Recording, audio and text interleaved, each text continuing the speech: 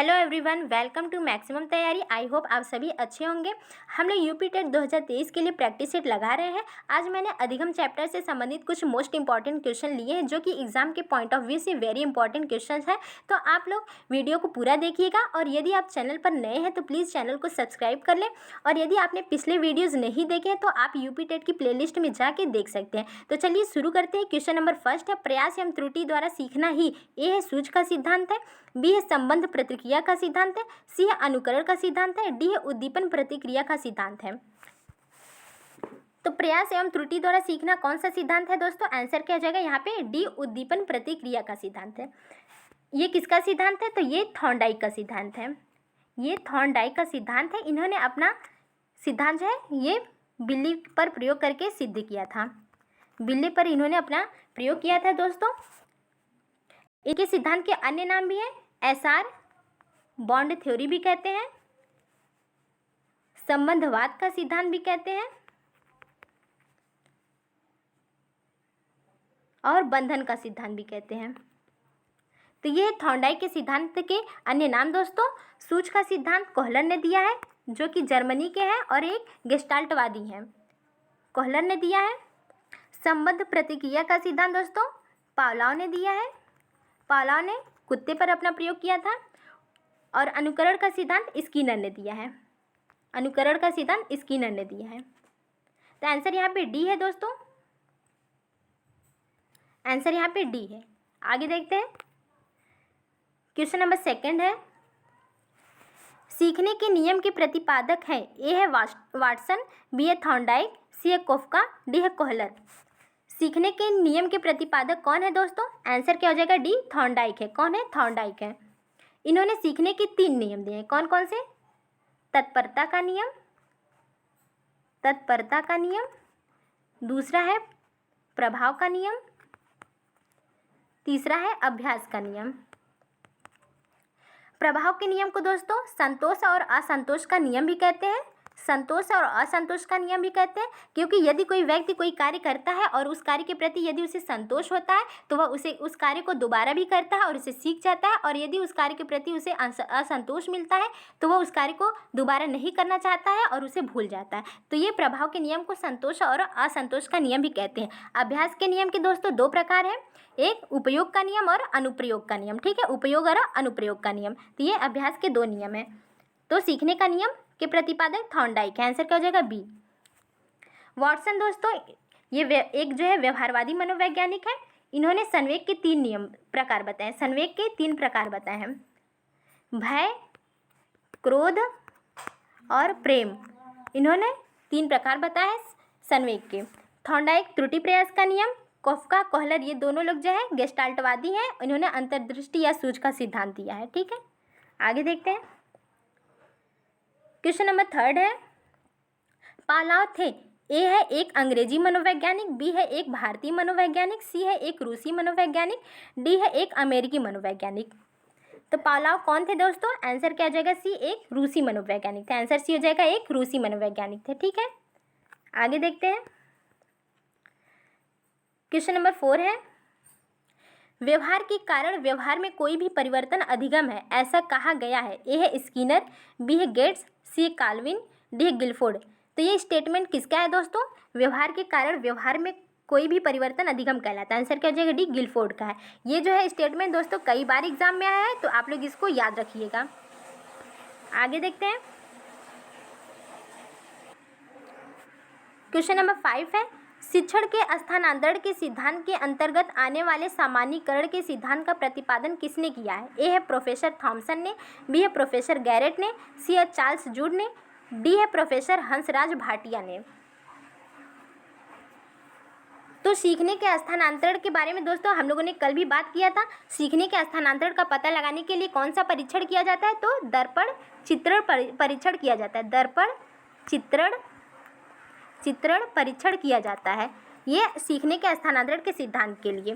ठीक है, और इसके अंतर्गत दोस्तों सामान्यीकरण का सिद्धांत आता है, जिसे किसने दिया है? तो ये चार्ल्स जूड ने दिया। आंसर क्या हो जाएगा? सी, चार्ल्स जूड ने दिया है सामान्यीकरण का सिद्धांत। इसमें इन्होंने ये कहा कि यदि कोई बालक जो है समय का बहुत ही पाबंद है तो उसे केवल स्कूल जाने के लिए ही पाबंद नहीं होना चाहिए, उसे बल्कि अन्य कार्यों में भी पाबंद होना चाहिए। समय से भोजन करना चाहिए, समय से अपने व्यवसाय में लग जाना चाहिए और समय से हर सामाजिक कार्य, हर काम जो है यदि वह समय का पाबंद है तो उसे हर कार्य जो है समय पर करना चाहिए। ठीक है, तो यहाँ पे सी हो जाएगा चार्ल्स जूड ने कहा है अपने सामान्यीकरण के सिद्धांत के नियम में। आगे देखते हैं, क्वेश्चन नंबर 6 है, अधिगम प्रेरणा पाकर सर्वोत्तम ढंग से आगे बढ़ता है। यह कथन है, ए है एंडरसन का, बी है कैली का, सी है हैरिस का, डी है उपरोक्त में से कोई नहीं। अधिगम प्रेरणा पाकर सर्वोत्तम ढंग से आगे बढ़ता है, ये किसका स्टेटमेंट है दोस्तों? आंसर क्या जाएगा यहाँ पे? ए एंडरसन का है। किसका है? एंडरसन का है। एक और स्टेटमेंट है दोस्तों जो कि स्किनर का है, अभिप्रेरणा से संबंधित है। कहा है motivation is the super highway to learning. Motivation is the super highway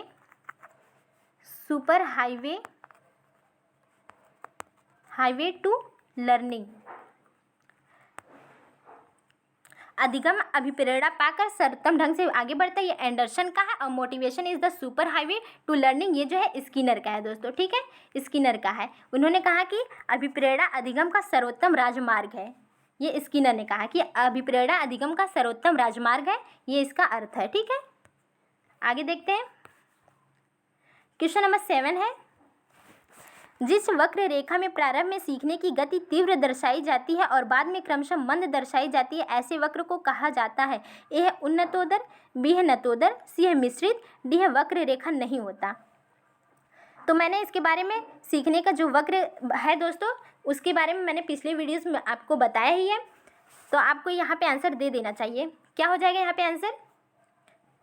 answer यहाँ पे सी हो जाएगा मिश्रित।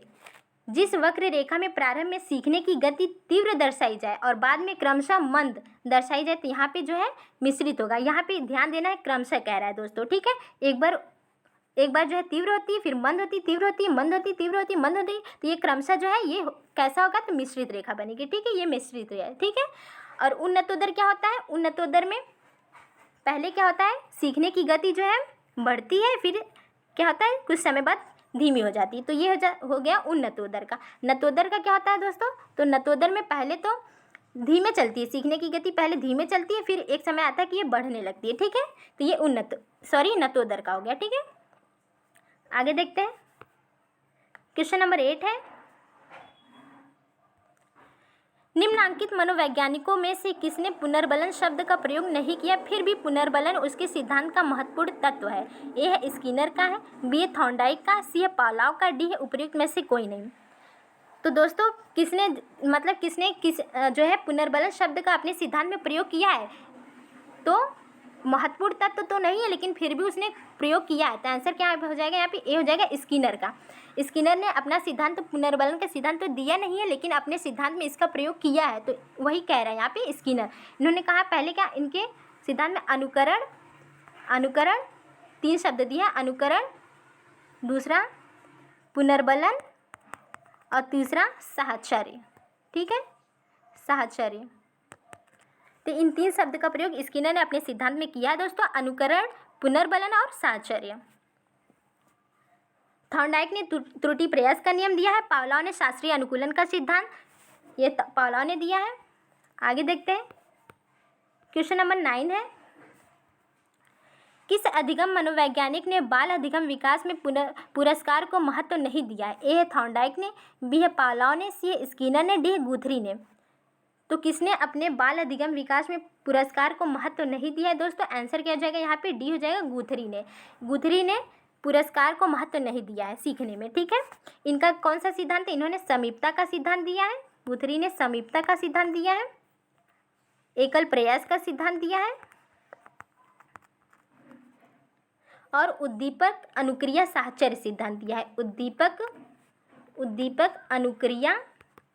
अनुक्रिया साहचर्य सिद्धांत दिया है। ठीक है दोस्तों, नाम को आप लोग बहुत ही बारीकी से याद रखिएगा दोस्तों, क्योंकि जो है उद्दीपक हर जगह, उद्दीपक अनुक्रिया जो है स्किनर में भी प्रयोग हुआ है, थॉर्नडाइक में भी प्रयोग हुआ है और जो है पावलोव में भी प्रयोग हुआ है। तो ठीक है, तो इसको आप लोग ध्यान से याद रखिएगा, कंफ्यूज नहीं होइएगा। ठीक है, तो यहाँ पे आंसर क्या हो जाएगा? डी गुथरी का है।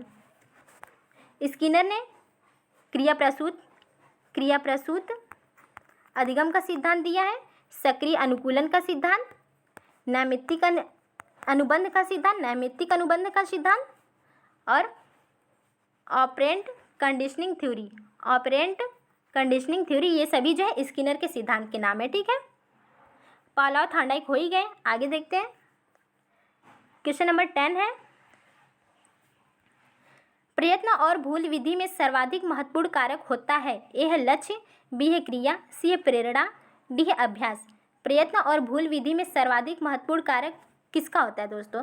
तो प्रयत्न और भूल का सिद्धांत थॉर्नडाइक ने दिया है, ये आप सभी को रट गया होगा, थॉर्नडाइक ने दिया है। और उसी में अपने सिद्धांत में थॉर्नडाइक ने सबसे ज़्यादा किस पर बल दिया दोस्तों? वही पूछ रहे हैं यहाँ पे, अभ्यास पे। किस पर बल दिया? अभ्यास पे बल दिया। उन्होंने कहा कि तब तक क्रिया करती रहना है, अपनी गलतियाँ भी गलती करो, सीखो उससे, मतलब गलतियाँ तब तक जब तक होती रहे तब तक आपको अपना अभ्यास करते रहना, जब तक कि वो समाप्त ना हो जाए। ठीक है, तो यही अभ्यास करते रहना, तो यही थॉर्नडाइक ने अपने सिद्धांत में प्रयोग किया और इसी पर सबसे अधिक बल दिया। तो यहाँ पे डी हो जाएगा अभ्यास। आगे देखते हैं, क्वेश्चन नंबर 11 है, सृजनशीलता की अवस्था के संदर्भ में निम्नांकित में से बेमेल पद को चुनिए। ए है तैयारी, बी है उद्भवन, सी है प्रबोधन, डी है अभिप्रेरणा। सृजनशीलता की अवस्था के संदर्भ में कौन सा बेमेल पद है? तो सृजनशीलता की अवस्था 4 अवस्थाएं दोस्तों बताई है, 4 सोपान। किसने? तो जी वालस, ग्राहम वालस ने सृजनात्मकता के 4 चरण दिए हैं। ठीक है दोस्तों, 4 सोपान दिए। कौन कौन से? पहला तैयारी है, दूसरा उद्भवन है, तीसरा जो है प्रबोधन है और चौथा कौन सा? तो मूल्यांकन है। चौथा कौन सा? मूल्यांकन है। यहाँ पे कौन सा तब नहीं होगा? बेमेल है, डी हो जाएगा, ये नहीं होगा। अभिप्रेरणा जो है यहाँ पे आंसर बेमेल पूछा तो यही सही हो जाएगा। ठीक है, अभिप्रेरणा इसमें नहीं है। कौन कौन से हैं? तो चारों अवस्थाएं आप लोग याद रखिएगा, तैयारी, उद्भवन, प्रबोधन और मूल्यांकन। आगे देखते हैं, क्वेश्चन नंबर 12 है, एक दूध मुहे बच्चे को दूध पिलाने से पहले उसकी माँ बच्चे के गाल पर थपकियाँ देती है। कुछ दिनों में ही वह देखती है कि जब भी बच्चे के गाल पर थपकियाँ दी जाती है तो वह सक्रिय होकर चूसने संबंधी गतिविधियाँ प्रदर्शित करने लगता है। बच्चे का ऐसा व्यवहार एक उदाहरण कहा जा सकता है। ए है प्रयास एवं त्रुटि द्वारा अधिगम का सिद्धांत, बी है शास्त्रीय अनुबंध का सिद्धांत, सी है क्रिया प्रसूत अनुबंधन का सिद्धांत, डी है सामाजिक अधिगम का सिद्धांत। तो आपको इस एग्जाम्पल से क्या पता चल रहा है दोस्तों? ये किससे संबंधित हो सकता है? तो ये किससे है? पावलोव से संबंधित है। ये दोस्तों पावलोव के शास्त्रीय अनुबंधन के सिद्धांत से, पावलोव के शास्त्रीय अनुबंधन के सिद्धांत से ये संबंधित है, क्योंकि पावलोव ने कुत्ते पर प्रयोग किया था। उन्होंने कुत्ते पर यह प्रयोग किया कि कुत्ते के सामने पहले उन्होंने घंटी बजाई, उसके बाद जो है भोजन रखा और भोजन को देखकर कुत्ते के मुंह से लार टपकने लगा, और यह क्रिया उन्होंने कई बार प्रयोग की। तो एक समय ऐसा आता है कि कुत्ता जो है केवल घंटी बजाने पर ही लार टपकाने लगता है। ठीक है, घंटी बजते ही केवल लार टपका देता है और भोजन नहीं मिलता है। ठीक है, तो अब वो क्या किया, कुत्ते ने घंटी और भोजन के बीच साहचर्य स्थापित कर लिया। तो यही जो है, यही सेम टू सेम यही कंडीशन यहाँ पे भी है कि दूध मुहे बच्चे को दूध पिलाने से पहले माँ जो है उसको थपकी देती है गाल पर और फिर दूध पिलाती है, और ये क्रिया वो हमेशा करती रहती है। और एक समय ऐसा आता है कि बालक केवल थपकी बजाने से समझ आता है कि माँ दूध पिलाएगी, तो यही क्रिया वहाँ पे भी होता है। तो वही किससे संबंधित? तो शास्त्रीय अनुबंध का सिद्धांत, बी हो जाएगा, ये पावलोव से संबंधित है, पावलोव के शास्त्रीय अनुबंधन के सिद्धांत से। तो बालक ने दूध और थपकी के बीच साहचर्य स्थापित कर लिया था। ठीक है, प्रयास त्रुटि थॉर्नडाइक का, क्रिया प्रसूत स्किनर का, सामाजिक अधिगम अल्बर्ट बंडूरा का। आगे देखते हैं, क्वेश्चन नंबर 13 है। वीडियो यदि पसंद आए दोस्तों तो आप लोग प्लीज़ सब्सक्राइब कर लीजिएगा यदि आप नए हैं चैनल पर, और वीडियो को लाइक कर दीजिएगा। 13 है दोस्तों, अभिप्रेरणा के घटक हैं। ए है 2, बी है 3, सी है 4, डी है 5। अभिप्रेरणा के कितने घटक हैं? आंसर क्या हो जाएगा? 3। आंसर बी हो जाएगा, 3 घटक है। कौन कौन से? पहला आवश्यकता है, दूसरा प्रणोद है, दूसरा प्रणोद है, तीसरा जो है लक्ष्य है। तीसरा क्या है? लक्ष्य है। पहला आवश्यकता, दूसरा प्रणोद और तीसरा लक्ष्य है। ठीक है दोस्तों, एग्जाम्पल में देख लेते हैं। आवश्यकता में क्या आ जाएगा? भोजन। जब भूख लगती है तो क्या भोजन की आवश्यकता पड़ती है, तो भोजन आवश्यकता हो जाएगी। प्ररोध क्या हो जाएगा, तो भूख, भूख यहाँ पे प्ररोध होगा। और भोजन कर लेने पर क्या लक्ष्य की प्राप्ति हो जाएगी, तो यहाँ पे लक्ष्य जो है भोजन कर लेने पर लक्ष्य की प्राप्ति हो जाती है। तो आवश्यकता भोजन है, प्ररोध भूख है। प्ररोध को दोस्तों चालक भी कह सकते हैं, चालक भी पूछता है, या फिर प्ररोध चालक और अंतर्नोद, प्ररोध चालक और अंतर्नोद नाम से ये पूछा जाता है। ठीक है, तो आप लोग ये तीनों नाम याद रखिएगा ताकि आप लोग को कन्फ्यूज़न ना हो। तीसरा लक्ष्य है। तो ये हो गया अभिप्रेरणा के 3 घटक। आगे देखते हैं, क्वेश्चन नंबर 14 है, गैरेट के अनुसार अभिप्रेरणा के प्रकार है, ए है 2, बी है 3, सी है 4, डी है 5। गैरेट के अनुसार अभिप्रेरणा के कितने प्रकार हैं, तो आंसर क्या हो जाएगा, बी 3 प्रकार। कौन कौन से, जैविक, सामाजिक और तीसरा मनोवैज्ञानिक। जैविक, सामाजिक और मनोवैज्ञानिक जो है प्रकार है अभिप्रेरणा के गैरेट के अनुसार। और दोस्तों मैस्लो के अनुसार कितने प्रकार हैं अभिप्रेरणा के, तो मैस्लो के अनुसार 2 प्रकार हैं।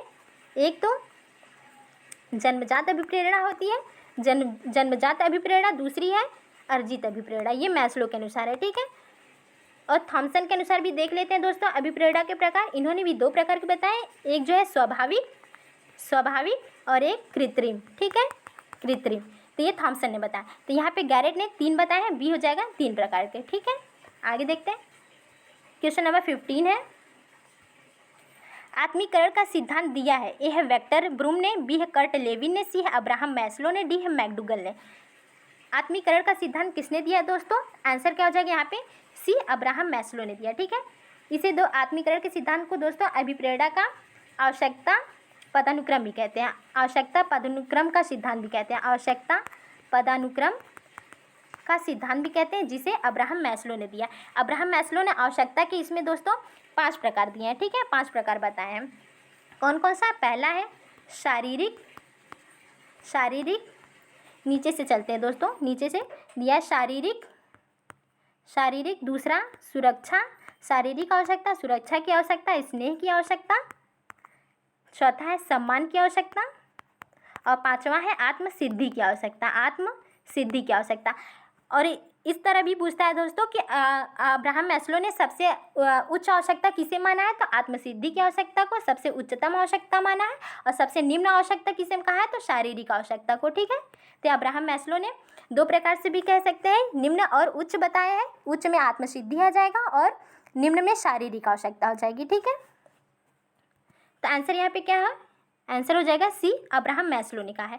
वेक्टर ब्रूम किससे संबंधित है, तो इन्होंने अभिप्रेरणा का प्रत्याशा सिद्धांत दिया है, अभिप्रेरणा का प्रत्याशा सिद्धांत वेक्टर ब्रूम ने दिया है। कर्ट लेविन ने अभिप्रेरणा का वेक्टर कर्षण सिद्धांत दिया है, मैकडूगल ने अभिप्रेरणा का मूल प्रवृत्ति सिद्धांत दिया है, जिसमें इन्होंने 14 प्रकार की मूल प्रवृत्तियों के बारे में बताया है। तो ठीक है दोस्तों, अब ये सभी जो है बहुत ही इंपॉर्टेंट थे दोस्तों, इसलिए मैंने इसमें क्वेश्चन में शामिल किया था प्रैक्टिस सेट में इसे। तो आप लोग इसे नोट कर लीजिएगा, और यदि वीडियो पसंद आए तो प्लीज़ लाइक, शेयर और सब्सक्राइब जरूर करिएगा, और कमेंट बॉक्स में बताइएगा कि आपको वीडियो कैसा लगा। ठीक है दोस्तों, तो आज के लिए बस इतना ही, धन्यवाद।